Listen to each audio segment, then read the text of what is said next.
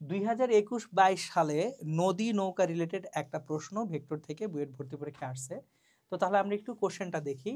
36 metre চওড়া একটা নদীতে, 36 মিটার চওড়া, তাহলে এ বি বা ডি, ডি সমান A B equals to 36 metre.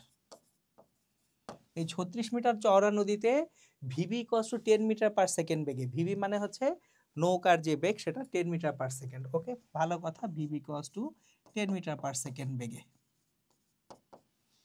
একটা নৌকা এ বিন্দু থেকে নৌকা চলতে শুরু করলো। এই বিন্দু থেকে একটা নৌকা দেখেন 37 ডিগ্রি কোণে চলতে শুরু করছে। নৌকাটি নদী পার হয়ে চিত্রে প্রদর্শিত বিপরীত তীরের সি বিন্দুতে পৌঁছাচ্ছে। নৌকাটা এ থেকে কোথায় পৌঁছে গেছে? সি বিন্দুতে পৌঁছে গিয়েছে। স্রোতের বেগ V of river 3 metre per second দেওয়া আছে। তাহলে ভিবি এবং ভিআর 3 মিটার পার সেকেন্ড। খুবই ভালো কথা।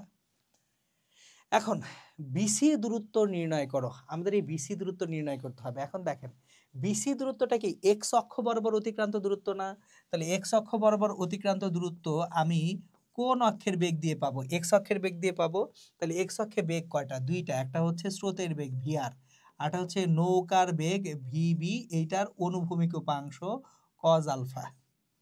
তাহলে দেখেন এক্স অক্ষের অতিক্রান্ত দূরত্ব, এক্স অক্ষের বেগ ইনটু নদী পার হতে যে সময় টি, কিন্তু নদী পার হতে সময় টি কি? ডি ডিভাইডেড বাই নৌকার বেগের কোন উপাংশ? উলম্ব উপাংশ ভিবি সাইন আলফা।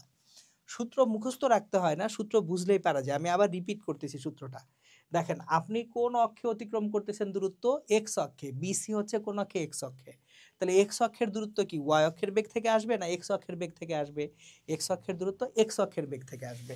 তাহলে এক্স অক্ষের আমাদের যে বেগ সেটা হচ্ছে, প্রথমটা হচ্ছে স্রোতের বেগ পুরোটাই এক্স অক্ষে, তাহলে ভিআর পুরোটাই এক্স অক্ষে। এবার নৌকার বেগের এক্স অক্ষে উপাংশ কত? নৌকার বেগ VB into cos alpha.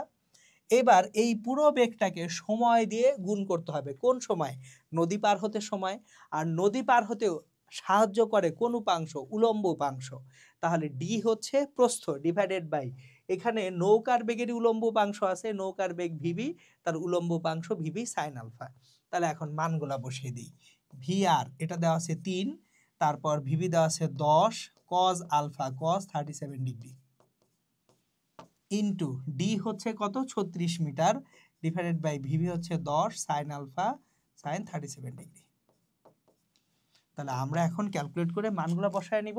3 + 10 cos 37 degree, 3 + 10 into cos 37, এটাকে গুণ করব 36 দিয়ে, divided by 10 divided by sine 37,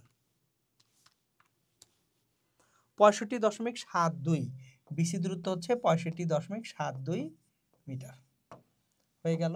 এবার আসেন এখানে কি বলছে, এছাড়া স্রোতের দিকের সাথে কত কোণে রওনা দিলে নৌকাটা সরাসরি বি বিন্দুতে পৌঁছতে পারবে তা নির্ণয় করো। এখন সরাসরি বি বিন্দুতে যদি আমি পৌঁছতে চাই বা সোজাসুজি নদী পার হতে চাই, সেক্ষেত্রে এক্স অক্ষ বরাবর অতিক্রান্ত দূরত্ব 0, মানে এক্স অক্ষের বেগ 0। এখন এক্স অক্ষের বেগ কত? V R plus VB cos alpha prime equals to 0। আমাদের আলফাটা অলরেডি 37 ডিগ্রি ছিল, আলফা ছিল 37 ডিগ্রি। তাহলে পরিবর্তিত কত কোণে আমি সোজাসুজি নদী পার হতে পারবো?